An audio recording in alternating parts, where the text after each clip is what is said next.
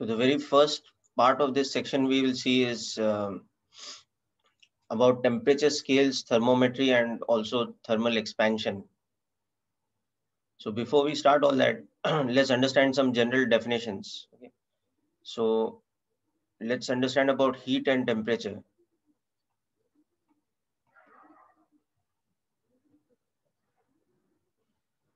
Yes, Yojit, this is not only a new chapter, this is a new section of physics. Okay, we are moving away from mechanics now. Mechanics is the section right from kinematics up to rotational mechanics. So we have completed work energy, friction, and Newton's laws. And you will be completing center of mass, and after that rotational mechanics in the other track. And with that, you will complete the mechanics portion of 11th. This is another section of class 11th, which is heat and thermodynamics. Now, this does not have as much weightage as mechanics. Mechanics has weightage of about 70% in 11th, 70 to 75% in 11th. Heat and thermodynamics has a weightage of about 10 to 15%. Okay, but at the same time, it's important. Okay, both at JE as well as your 11th level of physics. Okay, so let's start by the definition of heat. Let's understand a little bit about heat. So heat is a form of energy. Okay, it is a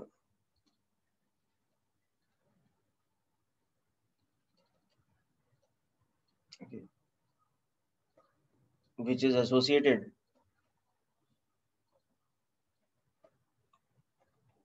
with the kinetic energy of the molecules of a material. Okay.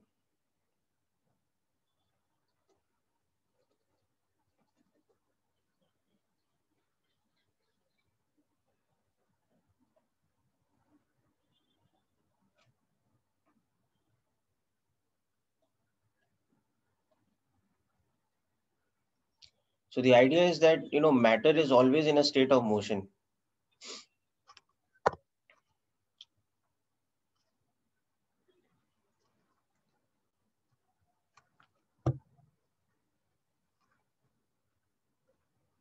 So whether we are looking at matter in solid state, liquid, or gaseous state, the molecules of matter are always in some kind of motion. In solids, they might be in vibrational motion. Okay. In liquids and gases, they might actually be translating about. If they are complex molecules in gaseous state, they might be undergoing rotation plus translation, but they're always in a state of motion. It's not possible for matter to be at rest. I mean, the constituent molecules of matter, it is not possible for them to be at rest. Okay. In fact, the zero of the absolute temperature scale, which we call the Kelvin scale, is why it is called absolute scale is because it is theoretically defined as the temperature at which the molecular activity ceases. That means the kinetic energy of the constituent molecule should be zero, but that is a theoretical state. Okay, in reality, such a state does not exist. Okay, so uh, zero on the Kelvin scale cannot be practically achieved. It's a theoretical state, and so that basically means, yeah, absolute temperature, Piyush, I'm talking about, yeah. So that means that matter at any practically achievable temperature, no matter how low that is, something like even minus 180 degrees C, minus 200 degrees C, whatever, the molecules are in a state of motion. And that's true even for the solids. Though in the case of solids, the atoms and molecules are in vibrational motion. Their mean position remains fixed. Whereas in liquids and gases, the molecules are free to move about. In gases, they are free to move about to a point where even the density of the gas is not fixed. The gas occupies whatever volume of the container in which it is. So the density is also variable.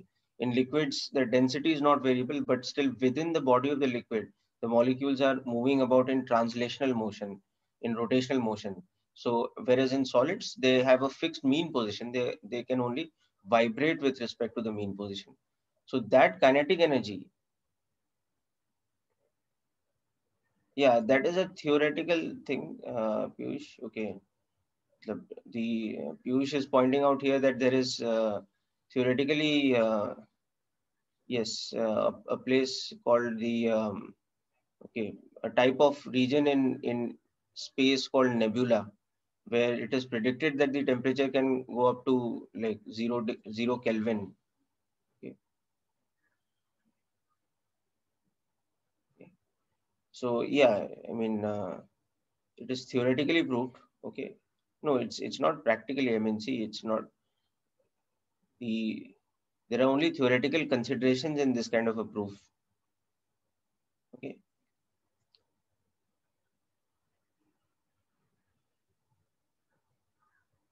Okay. What I'm saying at practical laboratory physics level, no, you cannot achieve 0 Kelvin. Okay.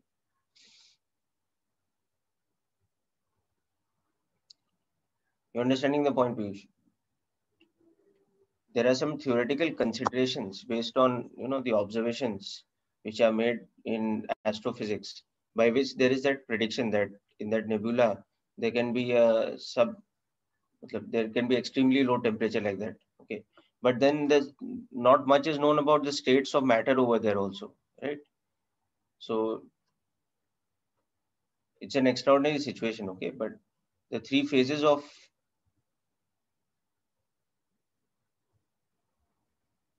yeah, so okay, it might be proved, but it's proved theoretically. You're understanding the point. We have not achieved it in a practical physics lab on Earth over here, no? So it does not apply to the practical physics that we are seeing, in thermodynamic situations around us.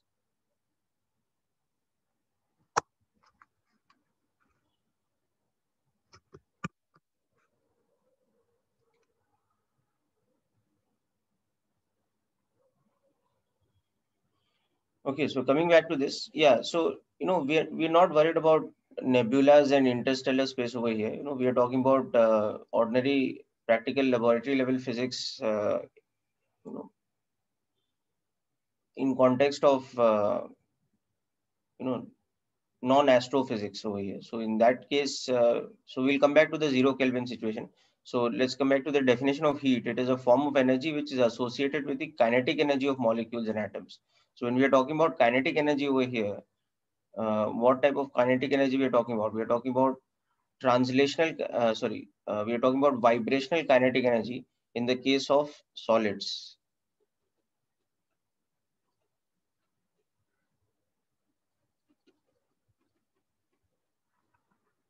Okay.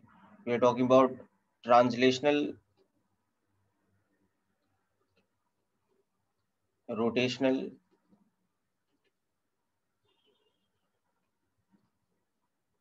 and vibrational in the case of fluids, which is basically liquids and gases.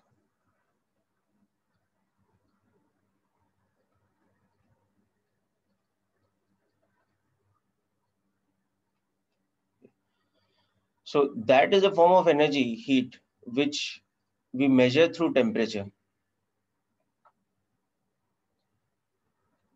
Okay. So temperature,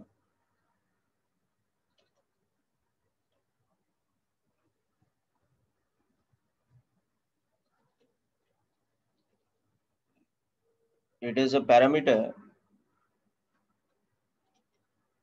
which is associated with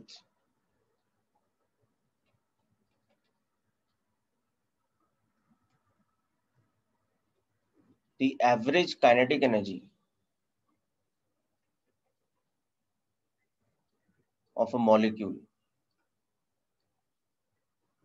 Okay,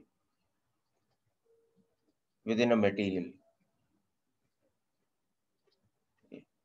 So the idea is that if the temperature of one body is greater than the temperature of another body, okay,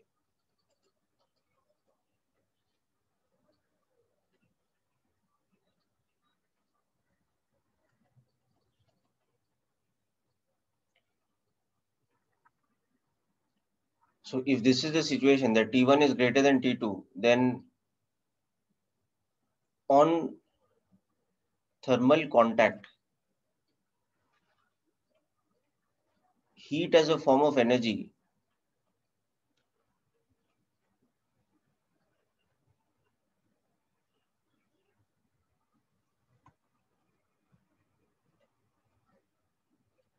will flow from higher temperature to lower temperature.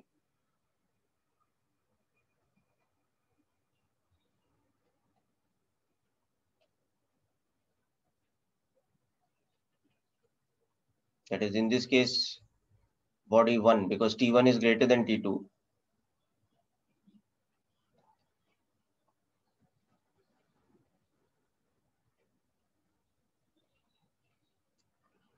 Until thermodynamic equilibrium is achieved. That is, they have the same temperature.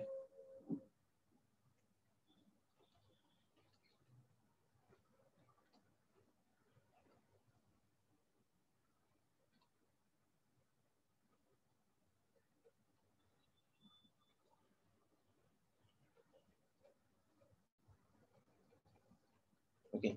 So in that sense, at the experimental level, we can say that temperature is associated with the direction of heat flow.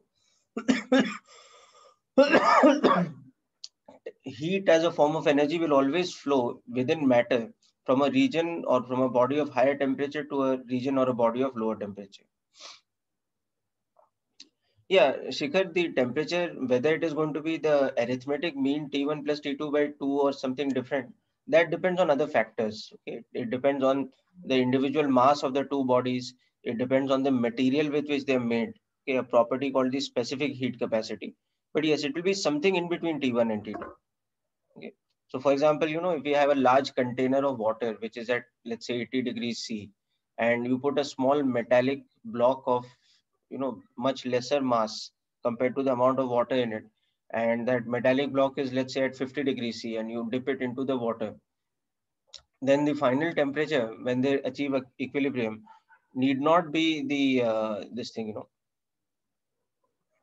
it need not be the arithmetic mean of T1 plus T2 by 2. Okay, it'll be something which is greater than 50 and less than 80. But exactly how much it is, whether it's 65 or 70 or 55, that will depend on various factors like the ratio of the masses of the two materials and also other thermal properties we'll discuss about. Like in particular, a thermal property called the specific heat capacity.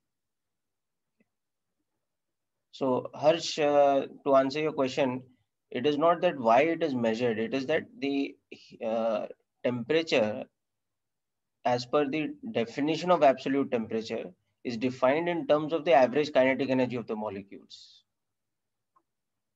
Okay, that is the thermodynamic definition of temperature. The everyday layman's language definition, which you might have studied in 9th or 10th, is that the temperature is the measure of hotness and coldness of a body. But see, that is based on human experience and sensation. So it's very difficult to make a proper scientific definition like that. That is based that the temperature is the degree of hotness or coldness. You can think of a very simple experiment where you dip one of your hands into, let's say, cold water, okay, icy cold water, and you dip your other hand in warm water, which is at, let's say, 60 degrees C or something like that, okay. And then after dipping each hand in alternate different temperatures, one in cold 0 degrees C water, the other in comparatively warmer water at 60 degrees C. Now, on both the hands, you hold the two ends of a metallic rod which is at room temperature, let's say about 25 or 30 degrees C. Okay. So one hand will feel as if the metallic rod is cold, the other hand will feel like the metallic rod is warm. Okay. So that is because it's a relative statement, the degree of hotness or coldness. So at an absolute level in thermodynamics, the temperature is defined in a different way. And when we come to model of ideal gas, etc., you'll understand this in more detail. Okay. And also when we talk about the Kelvin scale of temperature, the absolute temperature, you will see how it is defined in terms of the average kinetic energy of molecules. So it's not a question of why, it is a question of it is defined in that way.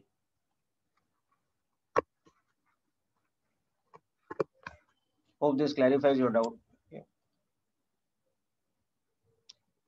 Okay, Piyush, I will take a look at that, okay, about the boomerang nebula and all. But see, the whole point remains that here we are talking about the, the science of thermodynamics and not astrophysics. So within this domain, at the laboratory level, 0 Kelvin is not achieved. Okay, your point is correct that they might have discovered a nebula in deep outer space where, theoretically the temperature is predicted to be below 0 Kelvin, but then the state of matter there is also different, no? it is not coming in the domain of solid, liquid, and gas. Okay.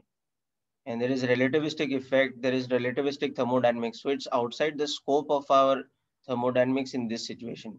We are talking about the laboratory level physics and how it applies to matter in the normal three states, solid, liquid, and gas, in the world that we see around us. Okay, not particularly in, we are talking about the extraordinary situation of deep outer space. So within that, the absolute scale is defined in the way I've told you, that 0 Kelvin is the temperature at which the molecular activity ceases, and therefore 0 Kelvin is not possible to achieve at the laboratory physics level yet. Okay, it has not been demonstrated in a laboratory yet. Okay.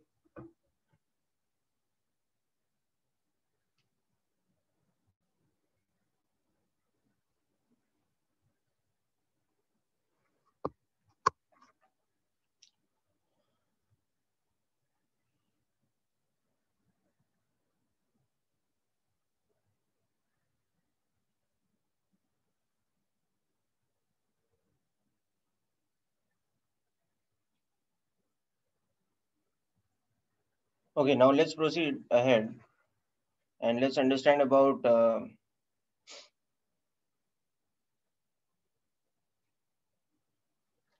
okay, different temperature scales.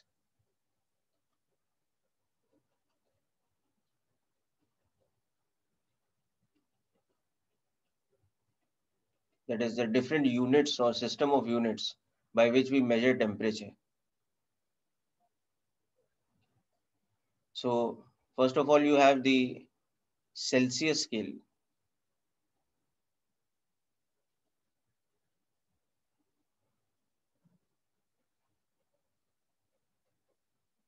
Okay. So in this, the boiling point of water is defined as 100 degrees C, and the melting point of ice is defined as 0 degrees C. Okay. So there are 100 equal divisions between the boiling point of water. As you know, the boiling point of water is the temperature at which, under normal atmospheric pressure, okay, if heat is supplied to water, instead of the temperature increasing, the state changes from, liquid to gas. And similarly, the melting point of ice,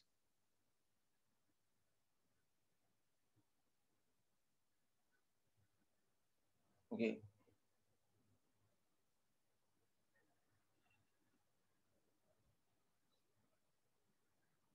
Yeah, so Piyush, what I would request is, you first learn, the basics which are in our syllabus portion. Then we can go into discussion of the, things which are outside the portion and which are to do with non-laboratory physics, but other branches of physics, like, you know, okay. Because see, the thing is, there's no point in discussing about things which are extraordinary before we know the basic concepts related to everything. Okay. So let's learn the definitions, let's learn the derivations and things which are related to the fundamentals of thermodynamics first. Okay, because there are different models also. Other than thermodynamics, there is statistical mechanics. Okay, there is quantum thermodynamics, etc., which are like more advanced forms of these type of theoretical models that are used to describe those kind of extraordinary situations. But we cannot get into them before we learn the basics. Okay, so let's learn the basics of the principles of thermodynamics first. And Anna, yes, the session is being recorded, so you can go through the recording of the session later if you joined late.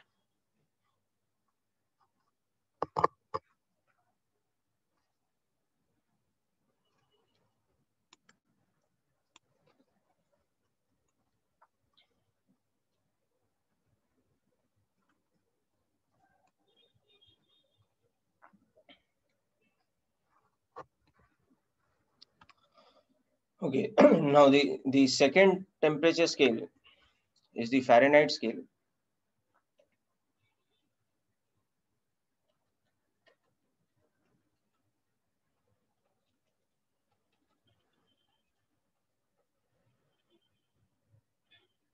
Okay.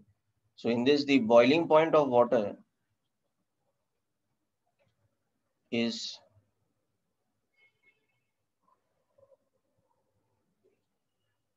212 degrees Fahrenheit, and the melting point of ice, you can see, is 32 degrees Fahrenheit. So the difference between the two is 180 Fahrenheit. And here the difference between the two is 100 degrees C. So 100 divisions on the Celsius scale is equivalent to 180 divisions on the Fahrenheit scale. Okay.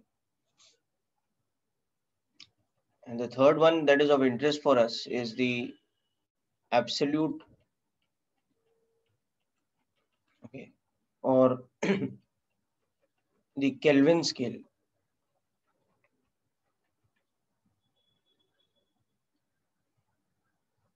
So in this, the boiling point of water is defined to be 373 kelvins, and the melting point of ice, sorry, is defined to be 273 Kelvin. So once again, the change in temperature in the Kelvin scale between melting point of ice and boiling point of water is 100 kelvins. So temperature difference of 100 kelvins is equivalent to a temperature difference of 100 degrees C, is equivalent to a temperature difference of 180 Fahrenheit.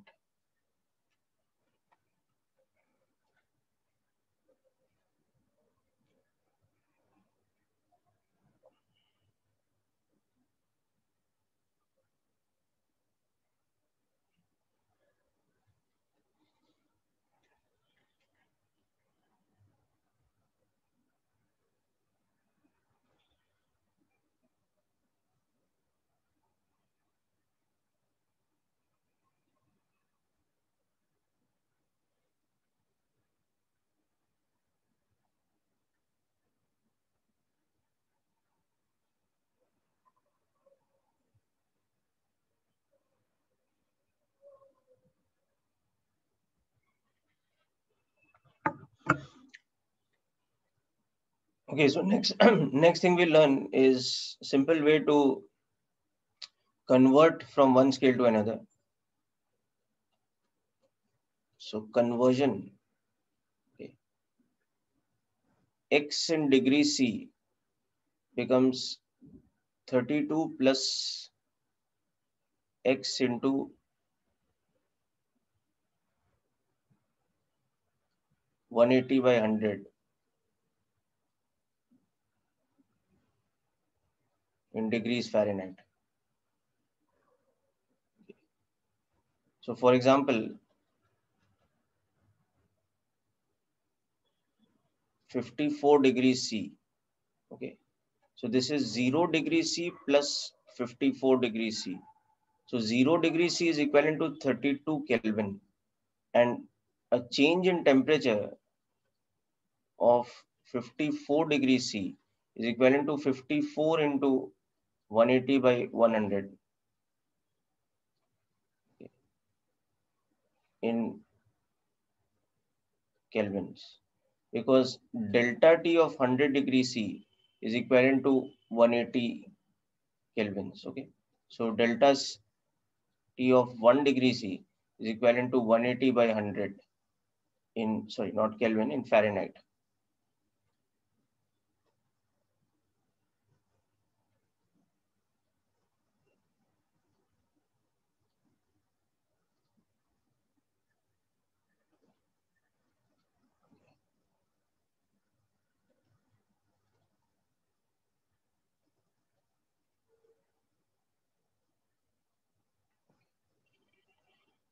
So this will become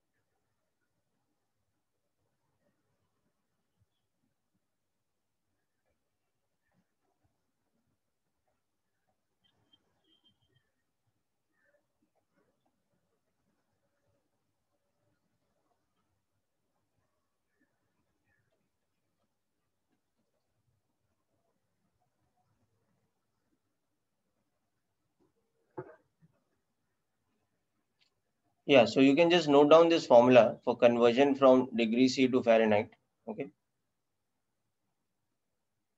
So see what happens is that, let me try to explain this visually.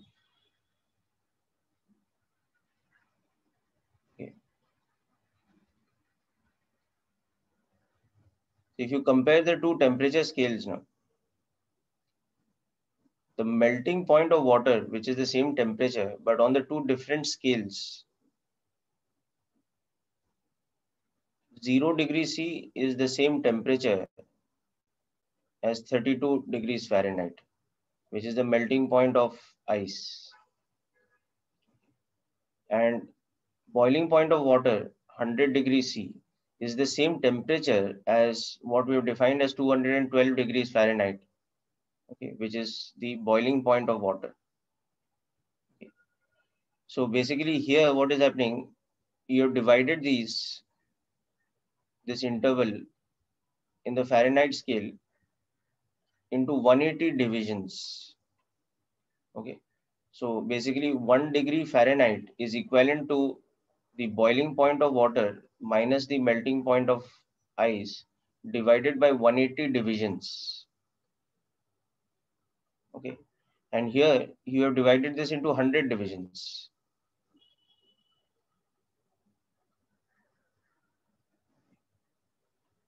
This is 100 divisions. So a temperature difference of 1 degree C is again the boiling point minus the melting point of ice divided by 100. Okay. So that is how we get this relation, that a temperature difference of 100 degrees C is equivalent to a temperature difference of 1 degree Fahrenheit. So temperature difference of 1 degree C is equivalent to 180 by 100 or 1.8 Fahrenheits.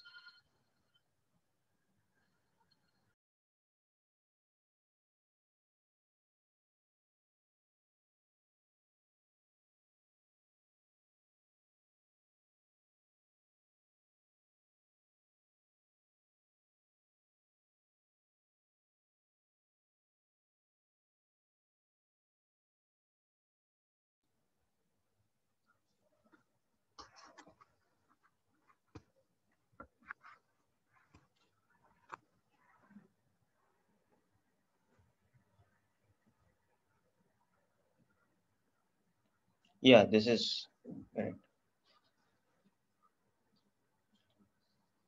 Okay.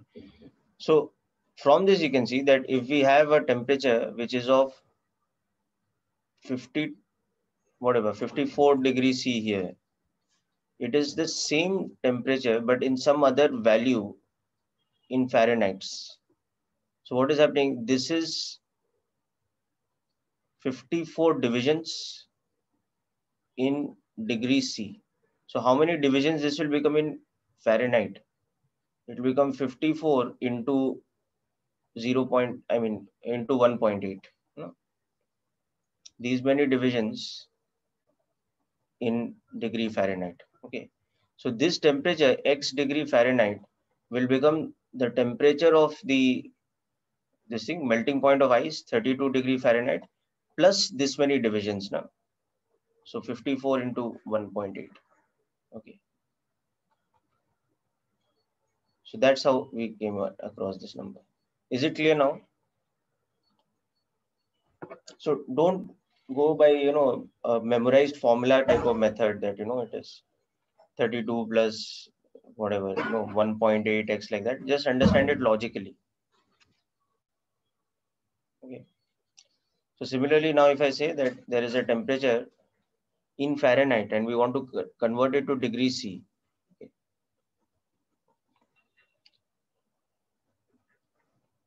Convert, let's say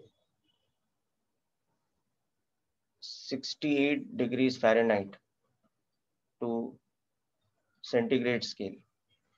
Okay. So just tell me quickly how much this should be.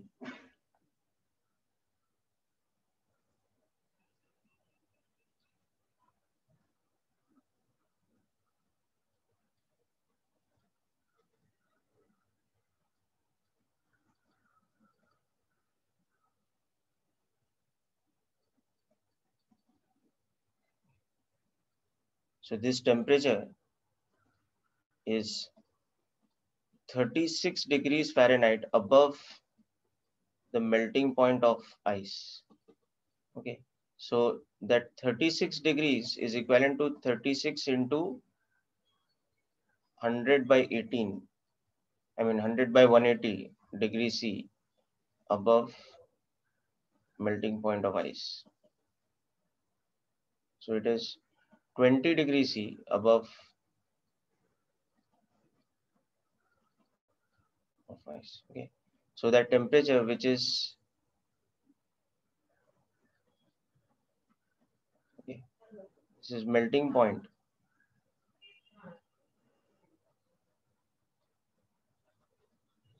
That is 20 degrees.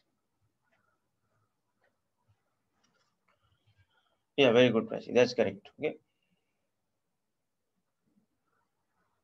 So just understand it conceptually like this now. Same thing, that you can visualize that whether you're on the Fahrenheit scale or on the degree C scale, you have the melting point of ice, which is 32 here and 0 here. Okay. And you have the boiling point of water, which is 32 plus 180 here. And it is 0 plus 100 here. So when we are at a temperature here, which is 68 degrees Fahrenheit, okay, so that is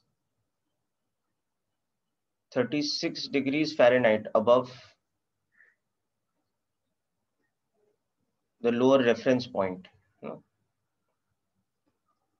So that will be the same temperature on this side, but it will be equivalent to 36 Fahrenheit is equivalent to 20 degrees C. So it is 20 degrees C above the melting point. So this temperature, if we express it as T prime, that T prime is becoming 0 plus 20 degrees C or 20 degrees C.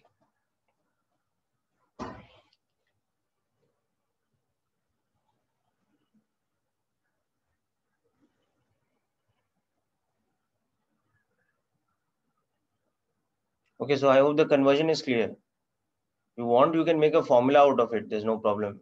Okay.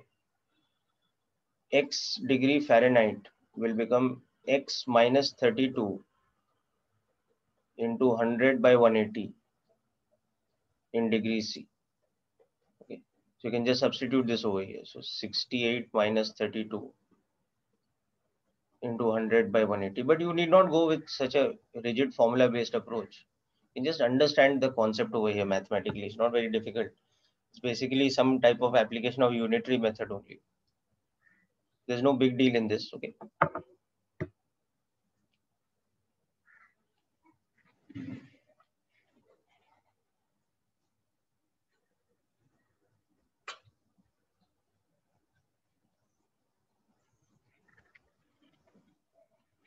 Okay, so hope this conversion is clear. Now conversion between Kelvin and degrees is very easy. Okay. Any temperature in degrees C becomes 273 plus the same value in Kelvin. And it's just a matter of convention that Kelvin is not expressed in degrees, it's just expressed in kelvins, whereas centigrade and Fahrenheit we express in the degrees. Okay. So for example, 27 degrees C, which is like the normal room temperature kind of thing, is 300 Kelvin. Okay. Or minus 73 degrees C is 200 Kelvin. Now about absolute zero, so just note theoretically, that is 0 on the Kelvin scale, which is the same thing as minus 273 degrees C. Okay. So conversely, you can also have this formula that any temperature in Kelvin is equal to that minus 273 in degrees C. So for example, 10 Kelvin is equal to minus of 263 degrees C. 310 Kelvin is equal to 37 degrees C, like this. So anyway, coming back to absolute zero, this is defined as the theoretical temperature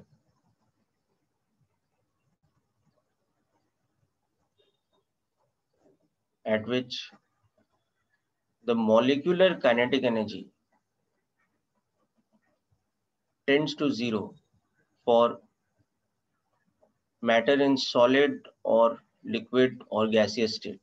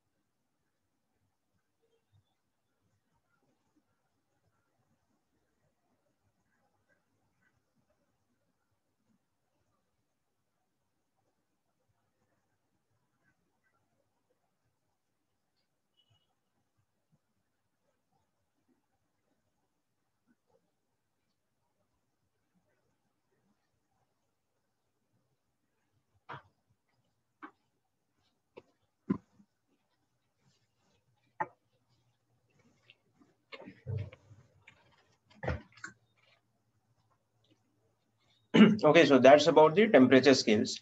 There are other temperature scales also, Piyush, as you rightly said, there are 3 or 4 more. But in our syllabus, we will be using these 3 temperature scales. Okay. In that also, when we are dealing with, for example, thermodynamics of ideal gases, etc., okay, we will exclusively be dealing with the absolute temperature. For example, all of you know for example, Charles' law or ideal gas law, PV equal to nRT. So in that, the temperature is always the absolute temperature in Kelvin scale.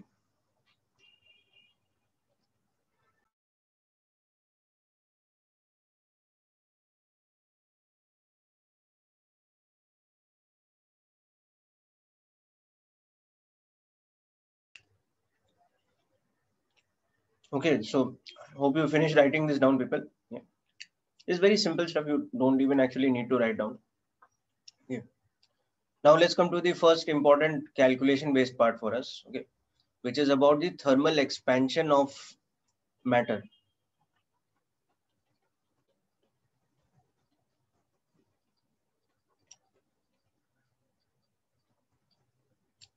So once again, it is practically observed that all matter, whether it be in solid state, liquid state, or gaseous state, tends to expand in its dimensions. That is, it tends to expand in volume, it tends to expand in surface area, length, etc., when the temperature is increased.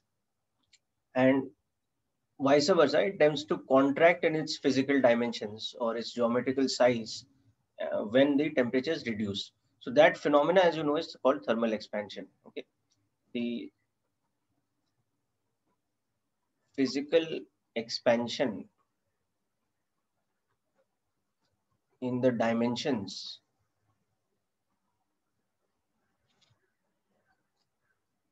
volume, surface area, length, etc. So that physical expansion in dimensions with increase in temperature.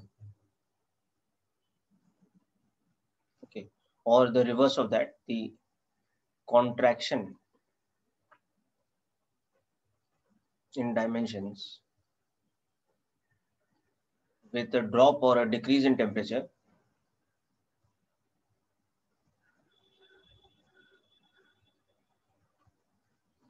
This phenomena is called thermal expansion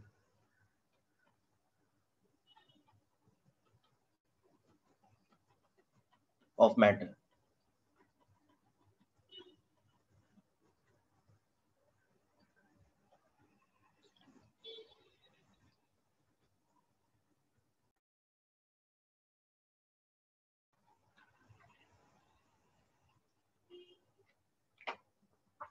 So at the molecular level, the explanation that is given is that if you increase the temperature of a material, the molecular kinetic energy increases.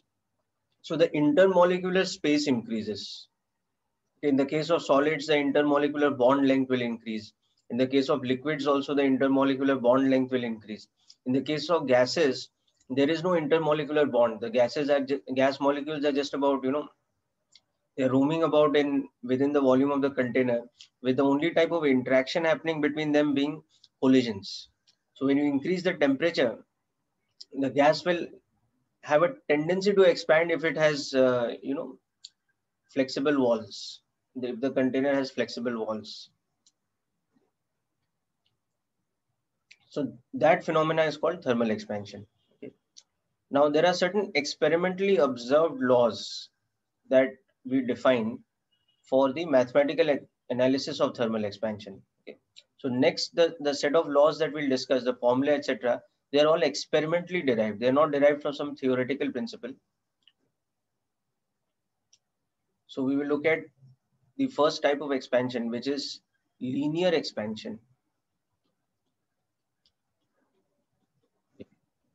So the principle that we are developing over here, it is experimentally observed.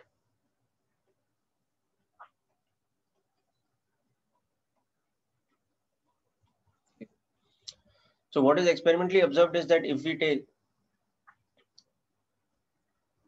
a kind of solid object which is linear in its shape, like a rod or a thin cylinder, etc. So this is any linear object, like a thin metallic rod. Then the length of the rod, then this length varies with temperature.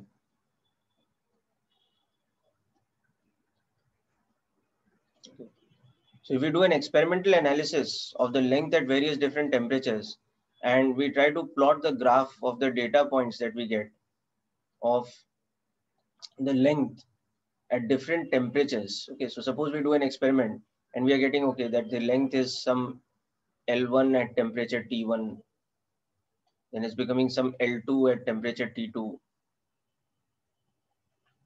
T2 is higher than T1 and all that. And like this, we plot a lot of data points. Okay. Now, in any experimental, there'll be some kind of error involved. So the data points will not follow an exact pattern, but we will predict it by what is called the best fit line. So the best fit curve for all the data points that we'll get, a curve that best describes the data points will be a straight line like this. So this is what is experimentally determined. Okay. So that will show us that the experimental observation is that the length varies with temperature such that if L is equal to some value L naught at the temperatures T naught, okay, then and L is equal to L naught plus delta L at some temperature T naught plus delta T, then delta L by L, that is a fractional change in length, is proportionate to, it's directly proportional to the change in temperature. That is the experimental observation. Okay. The experimental observation is that the fractional change in length, or you can even say percentage, if you multiply it by 100, it becomes a percentage change. So the fractional change in length, it is directly proportional to the change in temperature. This you can say is the experimentally observed principle of linear expansion.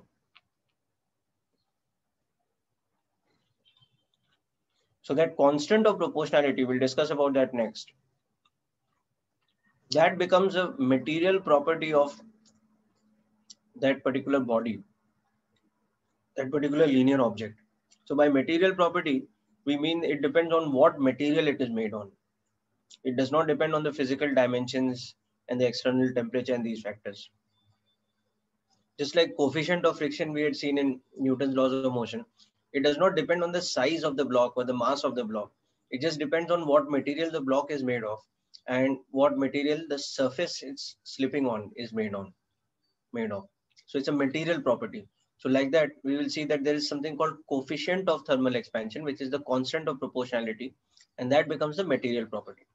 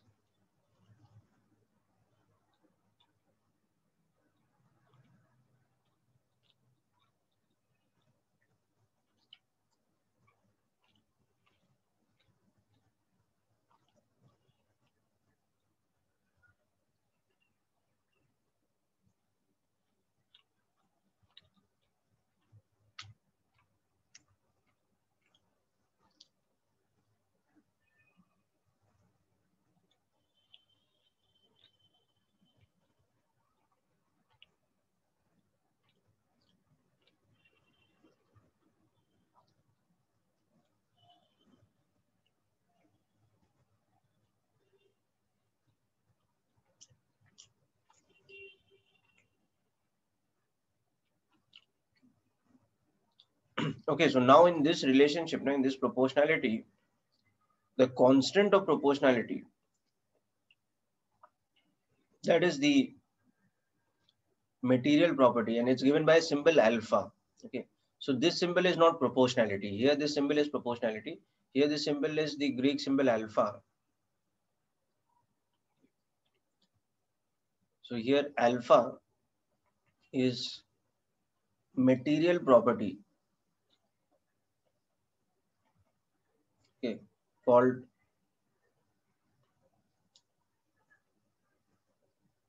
coefficient of thermal expansion, rather coefficient of linear expansion.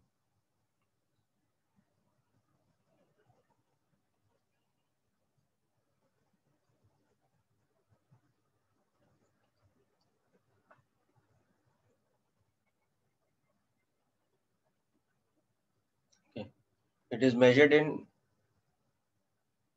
per degree C.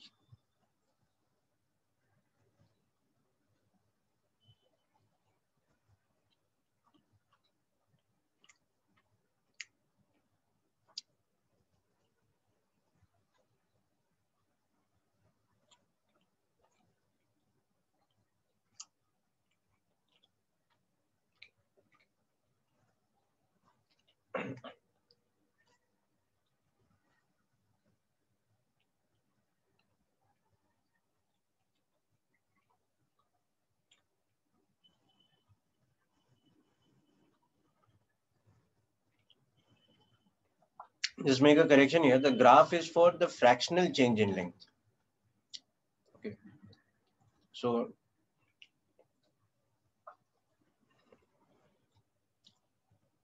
oh no, it's fine. We can keep it as length versus time also, versus temperature also. It's fine.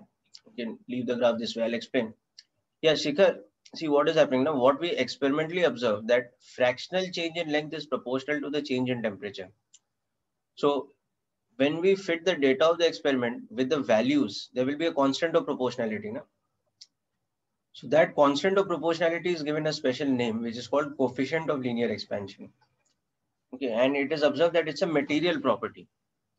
So if we repeat the experiment that we are doing with a rod of exactly the same dimensions, but made of a different material, like the first rod is, let's say, made of copper, the second one is made of steel, it will have a different value of alpha because alpha depends on the material. That's what we mean by saying that it is a material property. Okay.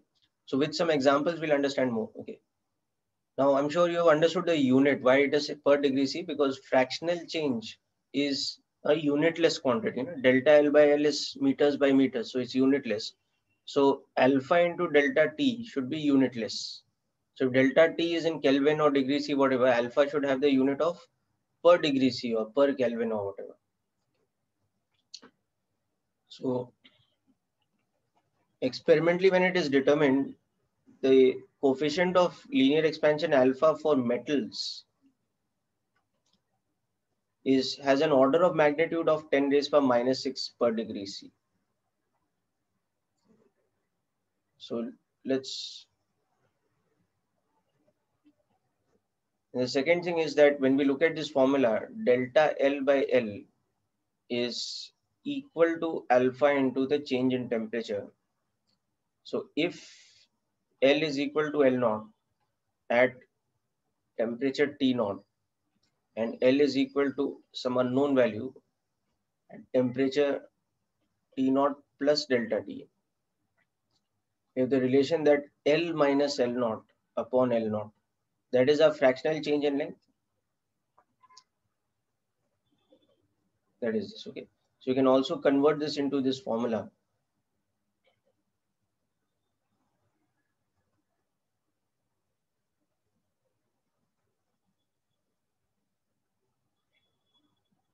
Okay. So this formula here is equivalent to this one here. This is just written in a different form.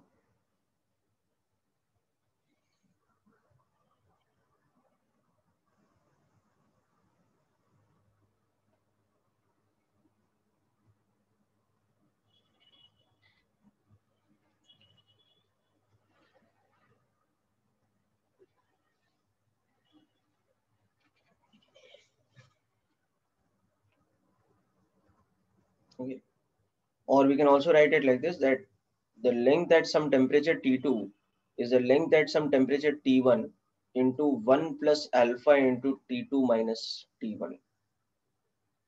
Is another way of expressing the same thing, where L1 is the length at temperature T1, L2 is the length at temperature T2. So there's nothing different about these three equations. There are different versions of the first one, which is that fractional change in length is directly proportional to the change in temperature.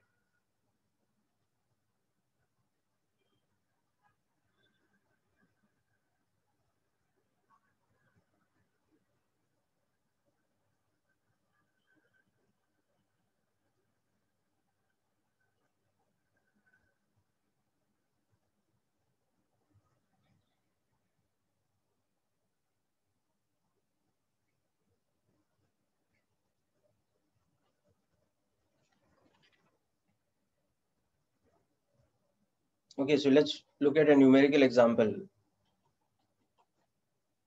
We have, let's say, a metallic rod. Okay. Now this one has a length of 5 meters at a temperature of 25 degrees C, and the coefficient of thermal expansion for the metal is given to us as, let's say, 2.4 into 10 raised by -6 per degree C. So we want to find the length at a temperature of, let us say, 75 degrees C. And secondly, we want to find the length if we take it to a temperature of minus 75 degrees C. Okay. So all you have to do is use this formula now, okay, because rest of the things are given.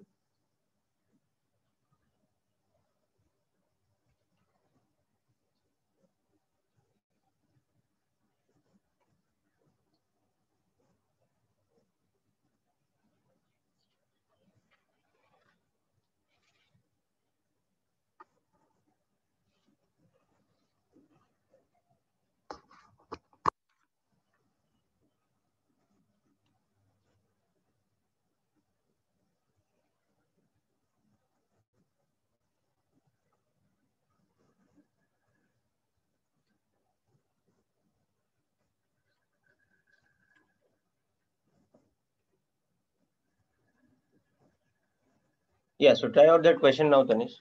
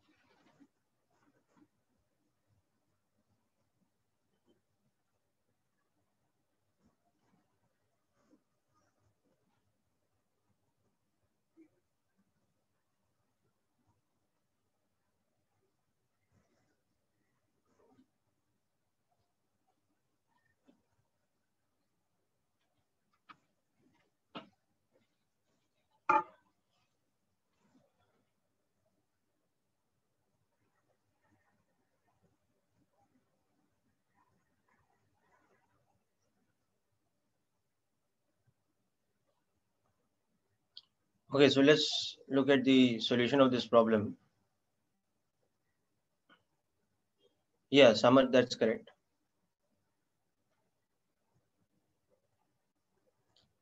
So you'll see that we can take this L1 equal to 5 meters at T1 equal to 25 degrees C.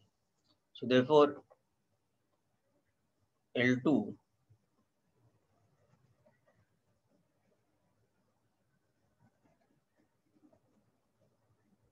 at some temperature T2.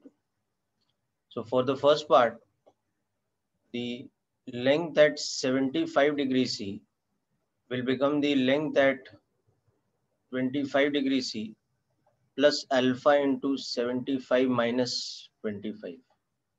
So this will become 5 plus alpha, which is 2.4 into 10 raised by minus 6 multiplied by 50. So it will be 5 plus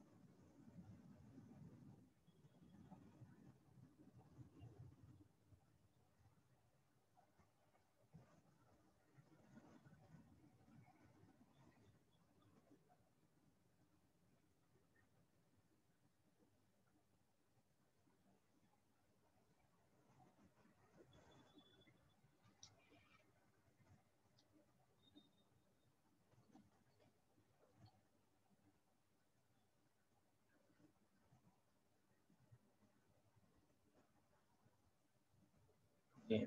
And the second part, the length at minus 75 degrees C will become the length at 25 degrees C plus alpha into minus 75 minus 25. So it will become length at 25 minus 100 alpha.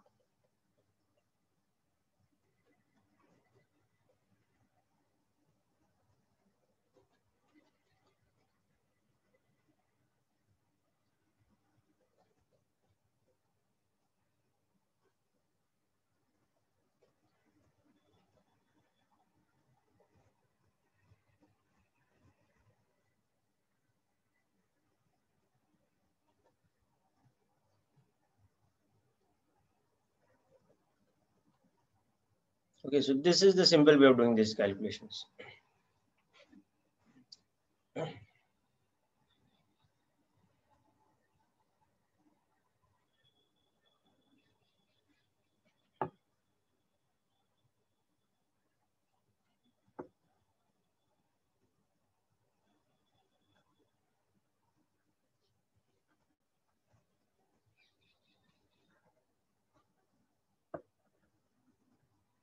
So you can check out the calculation, all of you, those who are not getting the same value.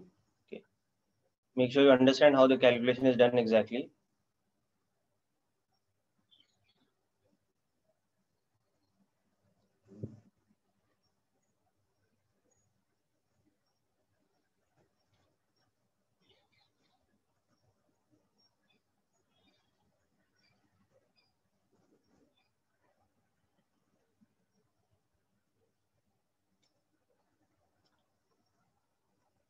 Yeah, correct. It should be, okay, just make a correction here.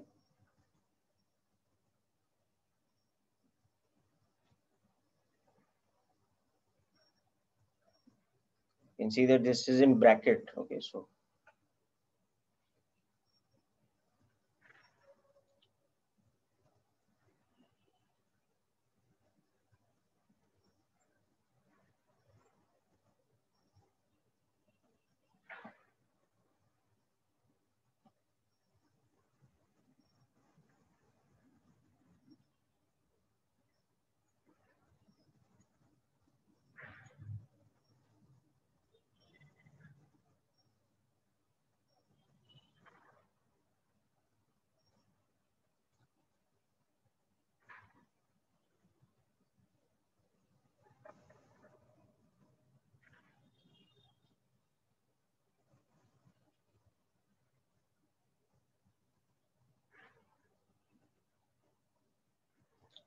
Okay, so just make this correction here, people.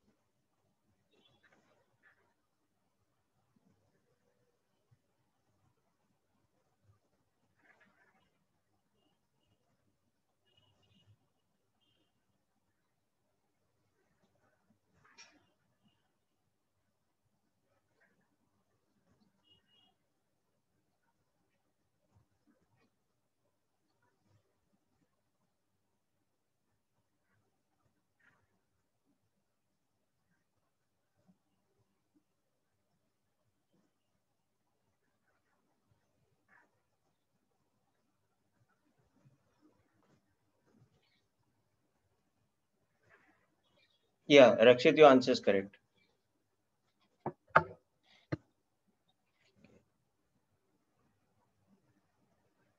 So I'm just reiterating the calculation. So the calculation is like this, that L2 is equal to L1, the whole thing into 1 plus alpha delta T, or the whole thing into 1 plus alpha into T2 minus T1. So initially by mistake I had forgotten the bracket. So just make sure you make this correction over here. No?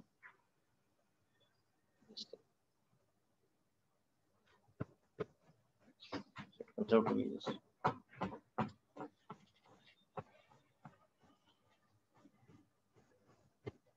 Here also there is slight correction.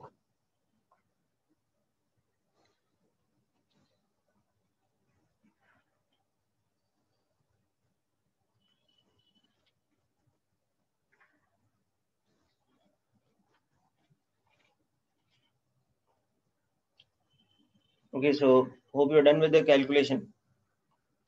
Verified the values, they're coming out to be the same.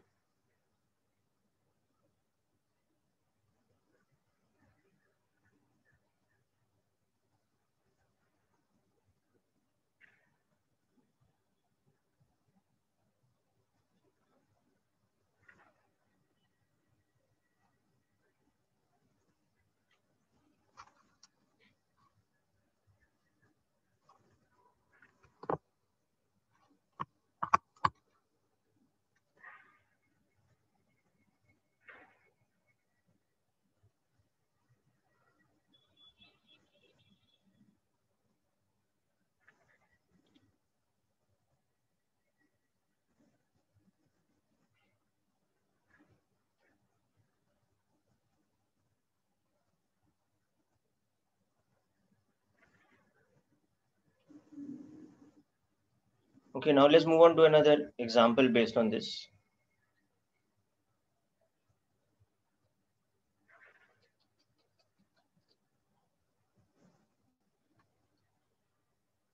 So we have two different rods. made of two different metals. Rod 1 is a length of 6 meters. It is made with a material which has alpha equal to 3 into 10 raised by minus 6 per degree C. This is at the room temperature of 27 degrees C. Rod 2 has a length of an unknown quantity, but it is made of alpha of 4 into 10 raised by minus 6 per degree C. Now find the value of L2, that is the length of the second rod at T0, such that the difference in length of the two rods is independent of temperature. Okay, understand the question and try to attempt it. So the difference in the lengths of the two rods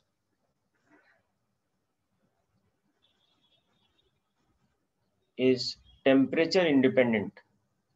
That means whether we increase the temperature from here or decrease, while the individual rods will expand or contract, but the difference in their length should remain independent, should remain the same as what it is at 27 degrees C. That is what we mean by saying that the difference in length is temperature independent.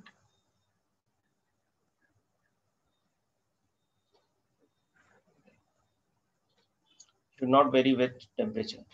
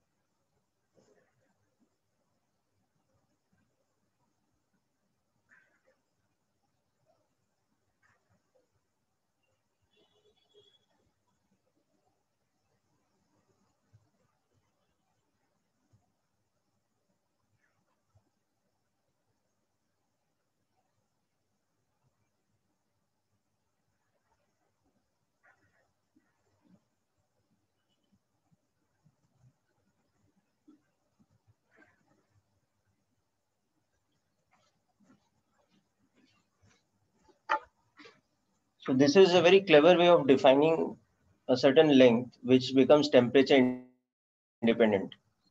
Yeah, that's correct. Okay. So let's understand. So at T equal to T naught, okay, the first rod has a length L1, the second rod has a length L2. L1 is given to us, okay, 6 meters, L2 we want to find out. Now at any new temperature, T naught plus delta T, the first rod will have a length, let's say L1 prime, that will be L1 into 1 plus alpha 1 delta T. And the second rod will have a different length L2 prime, which will be L2 into 1 plus alpha 2 delta T. Okay, where alpha 1 and alpha 2 are known. This is 3 into 10 raised power minus 6. This is 4 into 10 raised power minus 6 per degree C. Now what we want is that the difference in length should be independent of temperature. And the difference in their length should be temperature independent. So what is the difference in length right now? It is L2 minus L1. And what is the difference in length now? L2 prime minus L1 prime. So what we want is that if this difference is temperature independent, then L2 prime minus L1 prime should be equal to L2 minus L1, whatever be the value of the change in temperature, negative, positive, whatever. So just apply that condition now. So subtract these two. So you can see that L2 into 1 plus alpha 2 delta T minus L1 into 1 plus alpha 1 delta T should be equal to L2 minus L1, independent of whatever be the value of delta T. So now just open this bracket and you can see L2 minus L1 plus L2 alpha 2 minus L1 alpha 1 into delta T should be equal to L2 minus L1, whatever be the value of, for any value of delta T.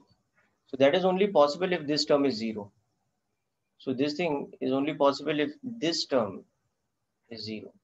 So that means L1 alpha 1 should be equal to L2 alpha 2, or L2 should become alpha 1 upon L1, so alpha 1 upon alpha 2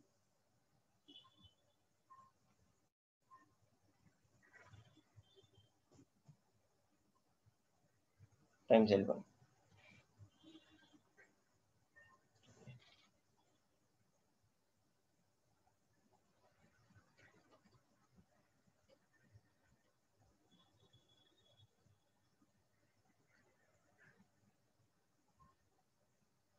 $4.5.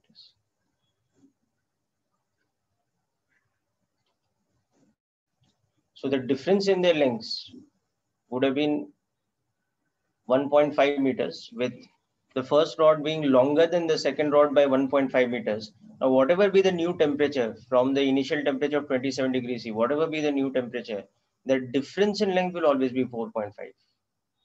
Sorry, will always be 1.5 meters.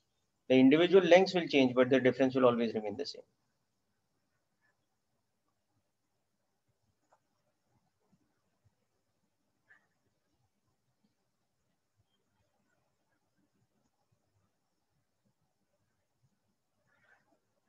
Okay. Now, just like we have linear expansion, we also have surface and volume expansion. So the second type of phenomena we will see is surface, or sometimes is also called superficial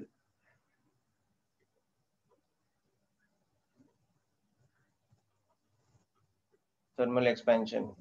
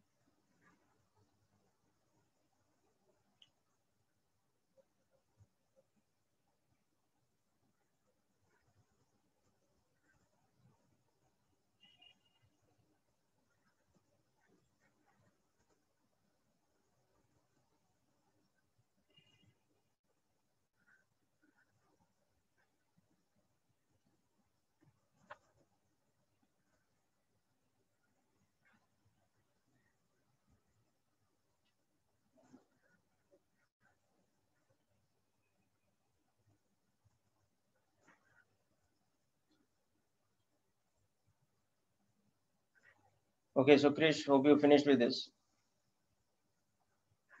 So surface or superficial thermal expansion. If we have,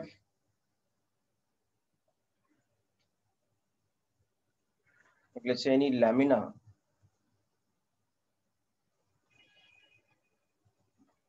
which has area A naught at temperature equal to T naught, then at temperature T naught plus delta T, the area expands to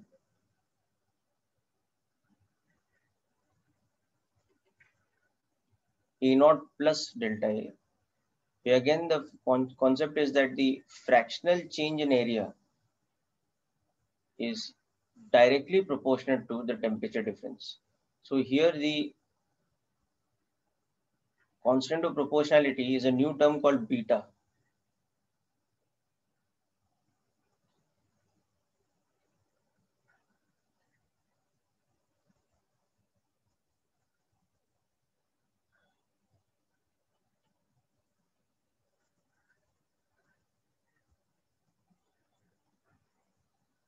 This kind of formula. So this is called the coefficient of volume expansion, of surface expansion.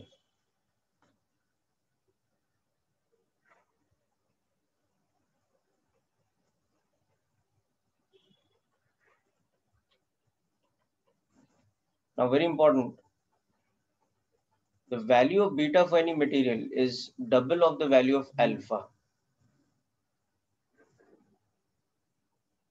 So this coefficient is also a material property. And for any given material, whatever is the value of alpha, beta just becomes double of that. Now there's a mathematical logic for this also, and we'll discuss this. This is not an observed experimental phenomena, right? Apart from being observed, it is also mathematically provable why beta should be equal to 2 alpha for any material.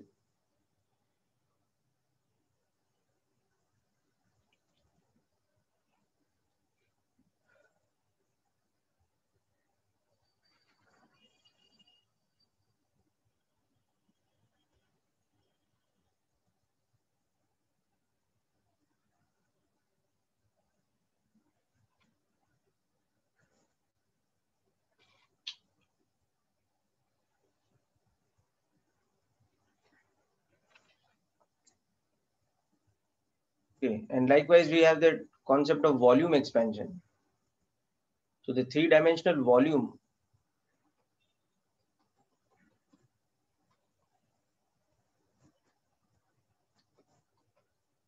okay, that again varies with temperature such that the fractional change in volume is directly proportional to the temperature difference, and that constant of proportionality is denoted by the symbol gamma, which is called the coefficient of volume expansion.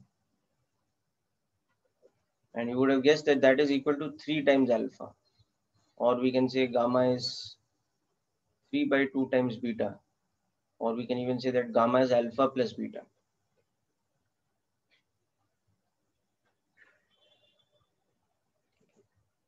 So we can say that the volume at temperature T is equal to the volume at temperature T naught into 1 plus gamma into T minus T naught.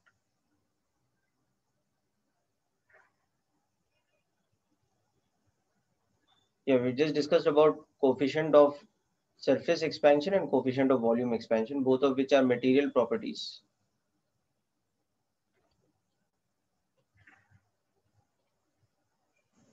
And most importantly, we have this relation that the coefficient of volume expansion for any material is triple of its coefficient of linear expansion, just like the coefficient of surface expansion was double the coefficient of linear expansion.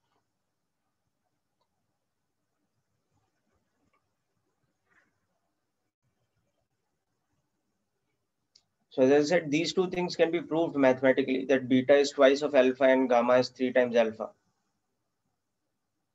Okay, but we'll come to that proof later. First, we need to look at the various types of applications of these principles. Okay, so we'll conclude our session here today, and next time we'll look at more numerical applications of these formulae and how they apply to different properties also, like the density of a liquid can be changing with temperature because the volume of the liquid is changing with temperature while the mass is remaining constant. Similarly, any other parameter of a physical system that depends on any length dimension or any surface dimension or any volume dimension will vary with temperature. For example, if you have a simple pendulum which is suspended using a thin metallic wire, the bob of the pendulum is suspended using a thin metallic wire. So what happens is that with thermal expansion, the wire's length changes. So accordingly, the time period of oscillation of the pendulum will also change because time period is proportional to square root of length. You would have studied that formula 2 pi under root L by G. So if I know the fractional change in length, from that how I will find out how the time period of the pendulum is varying with time, etc. Because the length of the string or the metallic wire suspending the bob is changing. So all these kind of calculations we will next learn in the next lecture, and then move on to the uh, the heat exchange part. Okay, so we'll discuss about specific heat capacity and latent heat of materials. Okay, which basically determine how heat flows from a body at higher temperature to a body of lower temperature. And after having done these things, we will move on to the thermodynamics of an ideal gas. Okay, so that is the progression we will go with. You can start reading this chapter either from H.C. Verma or from Resting Halliday. You can start with the chapter of this thing, zeroth law of thermodynamics and thermal expansion. Okay, zeroth law. That is a law that tells us that heat flows from higher temperature to lower temperature till the temperatures equalize. That is, the thermal equilibrium is achieved. So that's it for today's session, people. Wish you all the best and thanks for attending.